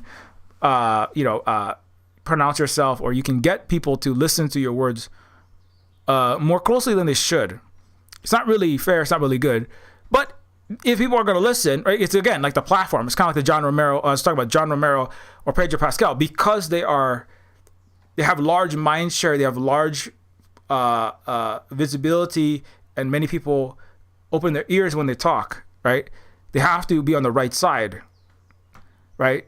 For whatever reason, they are in that positionality. Like for whatever reason, whatever confluence of reasons, Einstein was in that position to be listened to. Right? They actually wanted him to be the head of Isn't Real and to perpetuate the Holocaust too, right after surviving the first one, or for surviving that one, right? But he chose to not do that. So shout out to that. And also he wrote an entire article, Einstein, about why we need socialism to combat the problems that we have in this world. So, so anyway, so just so the people say like it's too much, it's too political. Nothing, to my mind, nothing can be too political. Nothing can ever be too political, right? How much is too political? When the Nazis are gassing people in Auschwitz, how much is too political? How much would it be too political to, because that's what's happening, right? Because if you want to know what you would have done when the Nazis committed the Holocaust, you're doing it now. You have been doing it for 2 years, right? How much was, if you were a nurse, if you were like a school teacher in Germany in the 1940s, how much would be too much, right? Right? Would like writing a strongly worded letter against the Nazi Party, would that be too much? Would attacking the camps where people are being mass unalived with Zyklon B, right, being baked in ovens, would it be too political to sneak into the camp and try to get someone out? Is that too political? How much is too political? Because whatever you're doing now, like if you made a TV show or you made a pamphlet, if you made a little, like there wasn't games in the 1940s, but like let's say like if games are kind of like books or like movies, right? They're like cultural entertainment artifacts. If you made a little children's book, right, and then you criticized fascism by encouraging tolerance and encouraging like empathy for people that are different. Tolerance is a kind of Westoid word that's like we pretend like we, it's kind of a, it's a sus word. It's kind of like, well, I'm going to tolerate your existence here, but I don't really like it. I'm just tolerating you because I have to, because it's not 1800s and I can't just enslave and kill all the black and brown people anymore. But if you want to encourage empathy for other people in a children's book you wrote as a writer in Germany during the Holocaust, would it be too political? Would it be too political to write a story about, cats and dogs getting together and then criticizing a really mean, animal that wants everyone to bow to him, and be a certain way, and then, wants to hurt other animals? Would it be too political, right? Would it be too political or would it be too political to write a book that directly criticized Hitler? Is that too political? What is too? Because we're in the Holocaust. We're in the Holocaust. So that's the question. That's why I'm saying that it should be questioned. They can never be too political. Anyone who says anything is too political is neutral in the face of the Holocaust too. And one of the brainwashing is to get again, right? It's like one of those things where to make everyone believe. That's why the billionaires, they like to talk about, we're just chilling out here. We got lots of diverse people. We got some black trans people on the aircraft carrier too. It's okay. We're all going to send the missiles and blow the children up. But a couple of us are black and trans. Yeah, they're getting sexually harassed, and we're not going to talk about that. They're getting killed, some of them. But we're not going to talk about the black and the brown people in the military that are doing a lot of the work, and they're also suffering racism and sexism. We're going to pretend. We're going to don't ask, don't tell. We're really chill here in America, in Europe. We're doing really fine. Never mind all those people never mind those people with those patterns on their shirt, that the green and black, right? The green, black, and red and white flags. Never mind those people. Don't pay attention to those people that we're putting into a camp. Everything is very liberal. Everything is very progressive in Germany today. It's not. It's full of fascism. Right? That's why they're rounding up the PLSTN protesters. Right? It's everywhere. Certainly in the West. It's everywhere. And all their vassals. Right? So the attempt to make it seem like this is just a normal day and we're going to have a normal election, right? Half of Europe hasn't even have an election. 25% or more of Europe still has literal freaking monarchies. It's a joke. There's no democracy anywhere in Europe. Right? But part of the brain, part of the mind war, part of the intellectual, cultural, historical, and ongoing fight is over the narrative that there's still democracy in the U.S. That is a whole fight. I see it happening in my Discord sometimes, right? People be like, who should we vote for this time? It's like that you are already under siege if you believe that you can make any material difference when it comes to any significant policy, whether that's on healthcare, universal healthcare, whether that's on war, imperialism, foreign policy, genocide, whether that's on billionaires, corporate will being done over the people's, right? The belief that you live in a democracy is part of the that is part of the narrative struggle. Like the belief that colonization wasn't wrong, right? Because some Western white leftists will sometimes say like colonization was wrong, but a lot of them will also say, but of course we got to overthrow anyone the U.S. neo-colonial empire says I got to overthrow and colonize. Of course we got to, because I got to liberate African, Asian, Latin American country from the human rights. But you see that you've already lost that war if you think that, and you're already doing the bidding of the empire, right? So, and long story short, there's nothing that can ever be, to my mind, there's nothing that ever can be too political in a moment where, and it's really, there's never been a moment ever, but it's just more obvious now. It's really what it is. It's a fight between making the injustice, the global injustice of that system more visible versus less visible. And which because by keeping the ongoing historical and continuing mass unalivings, mass racism, the freedom to do war, like the Iraq War was a mass genocide war, right? It was a million people died in that, right?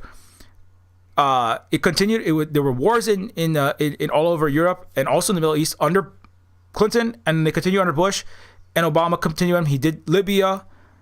He Operation Timber Sycamore. That was Syria, right? Tens of thousands of Venezuelans died in a single year from sanctions, right? Which is also war. It's a it's a colonialism, right? That's genocide right there.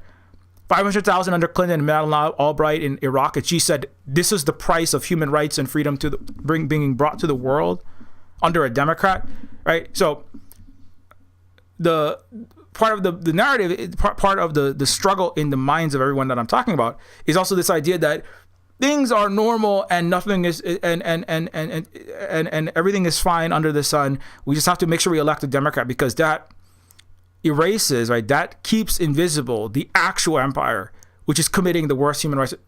35 million plus people basically has been killed, at least over the last, just since the 70s, by some calculations. It's like 500,000 per year starved just by sanctions, which is part of the imperial weaponization of the dollar reserve currency and the control of international capital flows, which controls energy and economic and real hard food and medicine access and development access that kills people. It kills people. It kills disabled people. It kills children. It kills the elderly. It kills people that are more infirm or more vulnerable in every population. And that is what the West has been doing nonstop, right? It didn't start in October 7th, 2 years ago. It's been nonstop. And so we, that has to be fought against as well. That's usually the so-called progressive blue liberal Democrat narrative. It is a weapon. It is a soul cancer of the smiling fox kind, as opposed to Malcolm X's wolf. It has to be fought. I see it even in my own circle, in our circles. You can see it in yourself, right? When you want to just kind of be like, oh yeah, everything's really normal and cool, right? It's normal for people to want to have normal, fine, peaceful lives. But it's not acceptable to, I mean, it is immoral to expect that at the cost of thousands or millions of other people's suffering, death, destruction, and utter misery and enslavement. You know what I'm saying? So to expect, and particularly if you're in the West, you're in a country, you are in the Death Star, right? It's like living a peaceful life on a Death Star, going to work every day as an accountant, thinking you were a very peace-loving, moral person, because you didn't hurt a fly in the Death Star. I mean, yeah, you pushed the buttons and you made a lot of money blowing up like millions of Ewoks and, killing everyone in Alderaan. But like, you never cheated on your wife, or maybe that one time, but it's just that one time. And I never hurt a fly, and I paid my taxes on time. I paid my taxes on time to Emperor Palpatine.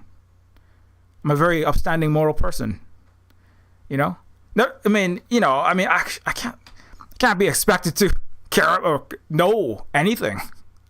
I can't be expected to know anything about what happened when I pushed the button that gave me the $120,000 salary when I was working for the U.S. military. I'm sorry, operating the Death Star. When I was working for the corporations, I'm sorry, operating the Death Star. When I was working for the university, I'm sorry, operating the Death Star. I can't be expected to know like where the buttons I was pushing on my computer were going to end up when I wrote that story, right, about all these made-up human rights violations in Xinjiang written by the Nazi Adrian Zenz. I had no idea what I was doing. I was just making $120,000 from USAID, U.S. government money. I didn't know what I was doing. I was just making a lot of money. I was just trying to protect human rights, right? That's why this appeal to ignorance is the number one liberal tactic. Right? I didn't know. I was just typing into Twitter. I was just blue checkmark on Twitter. I was just working, I was just Amy Goodman. I was just, randomly dropping, some reports and then dropping in reports that the State Department wants me to drop in there, and then never criticizing the Catholic Church too much when they're the number one bastion of pedophilia. I'm just going to keep on typing these little... So, anyways. So, anyway, question everything. Here's a Deus Ex game. I should regulate human affairs precisely because I lack all ambition, whereas human beings are prey to it. Their history is a succession of inane squabbles, each one coming closer to total destruction. So this is BS propaganda put in by Hack Right. I'm just kidding. But I just want to say this is Helios and AI from the Deus Ex game. I love this game. I am, this is a very good game. I like it. It has a black radical communist trying to committing quote unquote crimes to get medicine back to the people who need it, who are being denied medicine for a U.S. Based Western mega corporation generated plague. So it very much echoes the 2020s, in many ways. And there's a lot of ideas around AI that are not helpful at this moment, such as its sentience and existence in ChatGPT, OpenAI. That I don't want to push that anymore. We need more on a science fictional sidebar. We need more. I want to push Terminus Machina more. We need more showing how advanced computer systems playing themselves up as alive and conscious and AI, but they're actually just, Wizard of Oz machines. They're like malfunctioning chatbots that need to make more money for super rich capitalists. The same criminals we've been talking about this whole stream, Sam Altman and Peter Thiel et al. And we need more. We need more games, and we need more movies and art and culture, right? That doesn't go to. I feel like it's kind of the low hanging fruit now. I know because I go to it, right? Having a robot that has a personality and a mind and is like a human being but in metal, it makes for a fun story. I'm not gonna lie. That's why people like WALL-E. They like Terminator 2. People like freaking Data. It's a lot of fun. They've been like it. Metropolis was written like 100 years ago. It was made 100 years ago. People like that. But we need more stories that are like. And then there are software that is being played up as, right, like Wizard of Oz. Like it's the great wizard, this magical machine that knows all, right? Well, it's the great wizard. But like we need more stories that are like, this is not really. This is a big lie and a hoax to get people to waste their brain power, get brainwashed, and give tons of money to compute and waste electricity doing nothing. We need more stories about that. Less stories about functional AI, because we don't got that. It's not a main problem right now. Anyway, question everything. Deus Ex, often lauded as one of the greatest games of all time, was a game that took huge risks, not only revolutionized gaming by introducing FPS RPG hybrids, but it was also one of the first titles to seriously explore a plethora of political and deeply relevant topics at the time. It examined the nature of terrorism, nationalist blowback in the context of neoliberal globalization. Sounds familiar? The coming transhuman age and the implications of mass surveillance. Above all, Deus Ex emphasized the need to question everything, especially information sources, something increasingly relevant in our milieu of fake news of all sorts. Today, games like Fortnite are suggesting that inclusive and positive online gaming. This is like from 2017, by the way. So. Suggesting that inclusive and positive online gaming experiences not filled with slurs and hate is indeed possible. So like at that time, it was like Fortnite was like an alternative to things like Call of Duty. It was, I don't know where it is now, but it was doing better. Because at one point, a lot of the online, you remember this, right? Online gaming, especially FPS online gaming, this is the dark side of its history. It was filled to the brim with people just screaming the N-word, right? That's why they call it, like, remember PewDiePie was the most watched YouTube channel at one point, right? And he like overtly just thought it was funny to just be racist, bigoted. I need to say my gamer words, right? Just screaming all of these epithets and horrible things, right? And that was like part of the online, the super toxic, super right-wing, racist, white supremacist, hateful online gaming experience. Some of it has improved, right? It took a long time, right?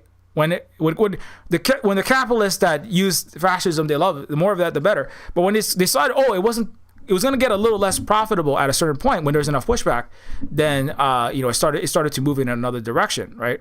But there's still a cultural war there. There's still a war there. But they used to talk more about SJWs, but now it's more the woke and the CRT, and that's like most of the Western GDP is like right wingers and liberals just like typing shit out about they're just typing articles and posts and making videos either about starting a war or how our culture is dying because there's too many blacks and women's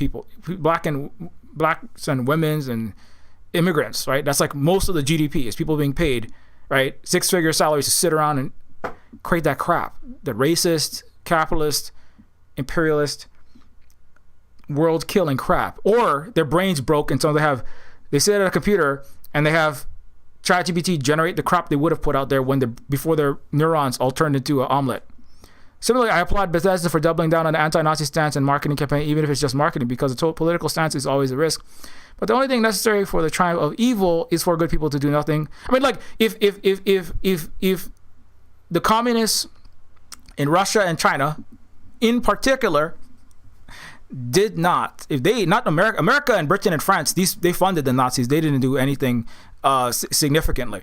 But if the communists in Russia and China did not pick up the guns and do something, not just talk, and they did talk and organize and then do something about the fascists, right? You would be living in Man in the High Castle world. We would be living in Wolfenstein, Shadow of the New Colossus world. You know, you'd have we would be living in 1800s European world, right? Which is right. Fascism is colonialism light, but it would be the whole world. Fascism is called colonialism. So it's called, right? It's called centuries of bloodletting entire continents by the French Empire, the British Empire, the Dutch, etc. Right? We would have gone back to that. But it took people doing something, not doing nothing, historically, right? As it takes people doing something, not doing nothing to this day. Now, yeah, some people there were anti-fascists inside of Spain. I mean, they called themselves communists. There were, and all over Europe, much of the brainwashing of the enemy's narrative is to rebrand, is to erase all of that, right? In fact, actually, in France, 90% of the French understood that it was Russia and the Soviet Union, communists, that had defeated fascism immediately after 1945, right? In those first years. Just 40 years later, with U.S. and Western capitalist propaganda, 75%, and in the 90s, by the 90s, 75% of the West believe America defeated the Nazis when they actually made more money funding and arming them than anyone else, along with the British and the French, until their attack dog turned on them.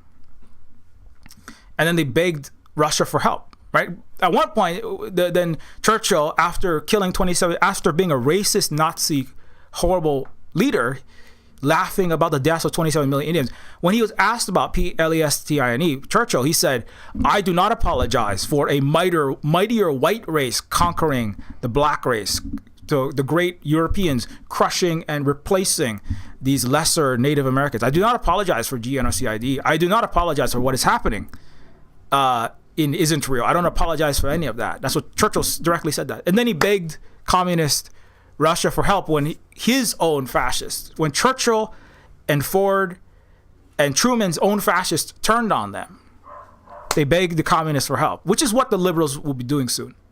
Well, they're probably just, they'll be either be masked off, or if they happen to, get a little too worried and a little too wrongly positioned, then they'll come and beg communists for help at some point. They're going to be begging other people for help. When there is no health system and the community mutual aid is all you have left, and they're going to be begging them for help. But ultimately, we should all double down on taking stands on things we believe to be right in our games and society at large, while we still have a relatively free society which to do so. So so today there's relatively less free society. Like when I wrote that article, that was 8 years ago. It's less free now, right? You can't go to Home Depot if your nose is too wide, or your accent is a little too Guatemalan, and you go to the local university, you could just be disappeared. If you fly into the United States, if you wave the watermelon flag in Germany, you could be disappeared, right? Just like in Nazi World War II era. So it's less free now. So but it's not fully not free. It's just like a lot less. And so we need to take advantage of that. And it is now 1:38. I got to go. Thank you so much for watching this. If you appreciate the anti-fascist work, if you appreciate our work, consider directly supporting us. Neofeud is on sale. And Neofeud is an anti-capitalist, as I pointed out in that article. Neofeud is an anti-capitalist, anti-racist, anti-imperialist game that I produced with that in mind. I actually quit working for corporations because liberal capitalist corporations will not make actual anti-racist, anti-fascist, like really, and will not criticize their own capitalist liberal systems either. They will not accept that. That's why I made Silver Spoon Games, was to be able to make games like Neofeud, because they could not be made. They would not be made. I work for multiple game companies, and they would not even entertain that idea, and they never will. They never will. It's antithetical to their existence as the interactive entertainment generators for the racist capitalist empire. Game companies will never, no capitalist game company of any size will ever really criticize the power. They will always make, and by and large, they'll make games that sign people up for the U.S. military, get people into the empire, entertain them, and the U.S. is still recruiting people, and the world, or across the world, through games. And if you are a gamer, if you are a gamer or a game player or a game maker, you should think about what stand you will take in those games. I mean, there's obviously games. Disco Elysium was made also by communists. They thank Marx and Engels, and a lot of people did like that game. But they thanked them publicly on the Game Awards ceremony. But they also had their game taken away from them. I think the original creators by capitalists. Right? It's part of one of the sad realities of living in the Death Star, living in Britain. Right? It's like the sad, washed up, has-been island end of the Death Star of the capitalist racist empire. And the Disco Elysium creators, they had, I think, last I heard was they basically got screwed out of their game by capitalists who wanted to make tons of money. And they're not in a good situation. So some of them are not in as good a situation now. So, but that's what it is. I think that's what it is when you work. And if you're deep seek, you're a programmer in making software in under a communist party, it's a little different. But anyways, Neofeud is a game that supports everything that we do here, and it is on sale for the next little bit. It does help us get the game discovered. In Neofeud, we create AI sentient robots arrive, but not as Terminator overlords or singularity saviors. Conscious machines are humanity's unwanted children. A few are geniuses who design flying cars, beat cancer, and invent teleportation, but millions of so-called defective prototypes roll out of their factories. And so Neofeud is a science fictional story, but it does talk about the inequities in the society in terms of race and of class and of the disabled and of the unwanted, who are being treated by handled by the main character, who is a social worker who is ostensibly supposed to help people to get back on their feet, help these marginalized robots and half human, half animal chimera people get back on their feet. And he is also an ex-cop who is discharged for refusing to shoot innocent people, unlike most police who kill thousands of people per year altogether, not each individual cop. But anyways, if you would like to support what we do here, you can also directly support us by leaving a very short review. If you like Neofeud, it really helps us get the game discovered in the Steam algorithm. And you can also get, speaking of other games, or you can also get Neofeud on itch.io for Windows and Mac and Linux, along with, if you want to play, speaking of political games, I don't know how we get more political than this. You literally play a communist revolutionary fighting against the empire in Decolonators. It was actually made with a Vietnamese communist fighting against a capitalist invading empire in the United States. Speaking of the war over the history of the world in the minds of every person on the earth, right? This is one of them, and this is our gaming attempt to correctly tell that story through comedic, tongue-in-cheek means. It's called Decolonators, and Ninja Star, Pigeon with Gun, and several. Pigeon with Gun is a game where you play a bird. This is a comedy game where you play a bird with a cowboy hat and a gun and a cowboy boot, and he fights tons of corporate cops and billionaires. And so, all the games we make, I mean, they're different kinds with different tones and different lengths. But, all the Silver Spoon games take a stance definitively on the left end of the spectrum. And we don't pretend to not do that. Anyways, and so also, you can also support us at ko-fi.com/silverspook, as I pointed out. And you can also help us out at Patreon. We could really use more Patreon patrons. We're unfortunately low. We lost a whole bunch of them. So if you know anybody who might be able to become a patron, if you can't afford to increase the patronage, I know everybody is squeezed and it sucks, but so are we. And so we lost about almost $100 worth in the last couple months. So it kind of hurts. So if you can help us out with Patreon patronage, we can we will really appreciate that. And something you get is these updates on what's happening at Silver Spoon Cooperative, including some of the Neofeud 2 in-game footage. Speaking of left-leaning games, here's a little bit of that. Let me just play a little bit of this. This is American Johnson of Non-Compete, a leftist YouTuber. And this is a scene in Neofeud 2 where revolutionary communists and anti-fascists all fight capitalists, liberals, and all of their conservative cops in the streets of Neoliberon. And it's actually the character I'm playing is voiced by American Johnson of Non-Compete. Power to the people for 2069. What's 42069? It's a movement for a 4-day work week, 20 hours max, 69 zuck bucks per hour minimum wage. One of the core demands of the GWW. GWW?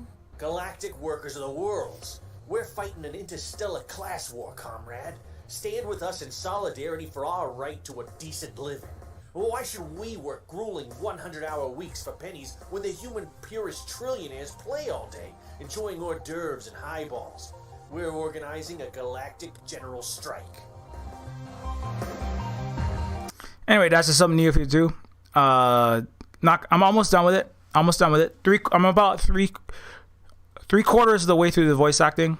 I think there's like 28 out of 85 voice parts left to cast, so we're getting down to it. Thank goodness. And most of the ones left to cast are like smaller parts. But if you are interested, you can DM me somewhere, message me somewhere on Discord or somewhere, and you may be able to still get a voice part because we're mostly small parts left now. But there's so many parts, 85 altogether. Holy crap. Anyways, we also speaking of anti-imperialism, working with EJ and Luna. Luna Oi is our Vietnamese comrade, and who also has her own channel, Luna Oi. And they're working with me on Neofeud 2, and they also work with me on Decolonators. And also working to restore food sovereignty and maintain our environment here in the Silver Spook Hui in Hawaii under illegal U.S. military occupation.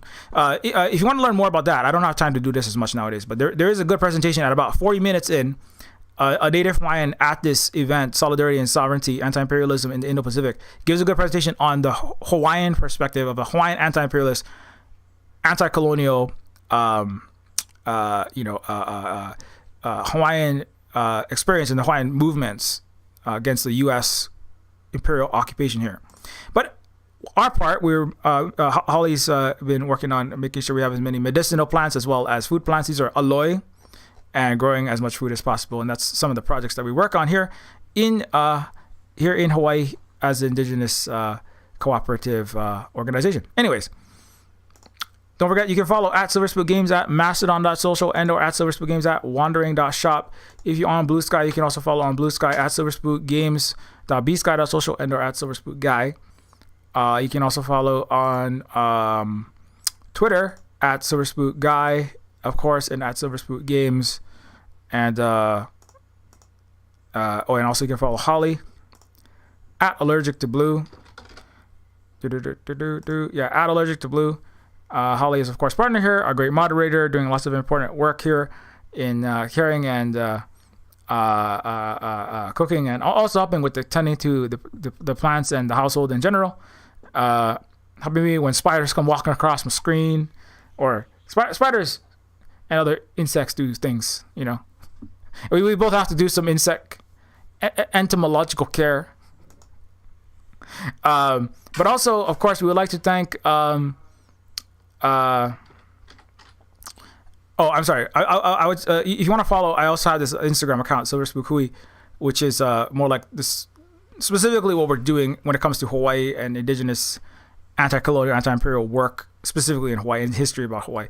Just one in more salvos in the global war on the mines, but specifically on this in the domain of the northeast Pacific quadrant.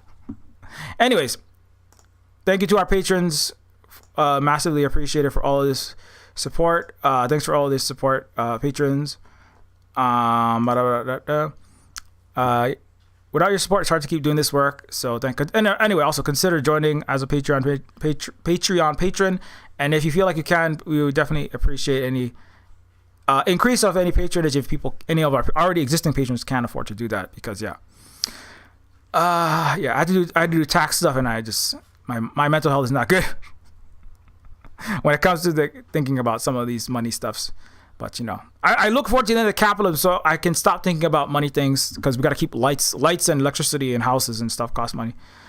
And so help us end capitalism so it will improve all of our mental health and anxiety. Anyways, also one last shout out. I forgot to give this. I've been playing this game so much and I feel bad. Because I haven't. I played so much of this game. Speaking of first-person shooters, I've been playing a lot of this game called Ion Fury. So it's not a particularly political game, but it's just like a boomer retro shooter that I play a ton of. But it's also, it does have a female protagonist, and it's when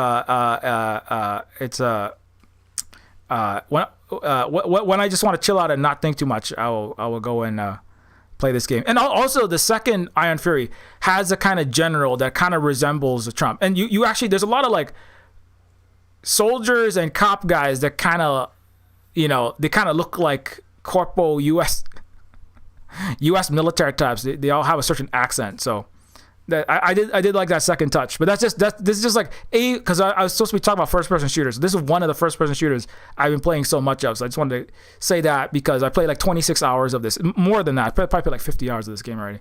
But it is like the levels are very well designed. That's part of it. It's like it has a lot of quality of life updates, and like one of the level designers is like a legendary level designer historically, and it's all made in the original 90s engine, which is when Wolfenstein was made. So that's so shout out to that. Sometimes I feel like, man, I'm playing too much first person shooters. I should probably play some more. I don't know. I should like play, but I did read Voltaire on the stream too, so I feel less bad about that. I'm like, but anyways, long story short, first political shooters, Wolfenstein, be punk. Punk means standing against racism, against fascism, against all these horrible systems. And games are political. I don't care what any of these chuddy, bigots or pretend to not be bigots say. Everything's political. We're all in a fight, whether we're carrying our boomstick or not.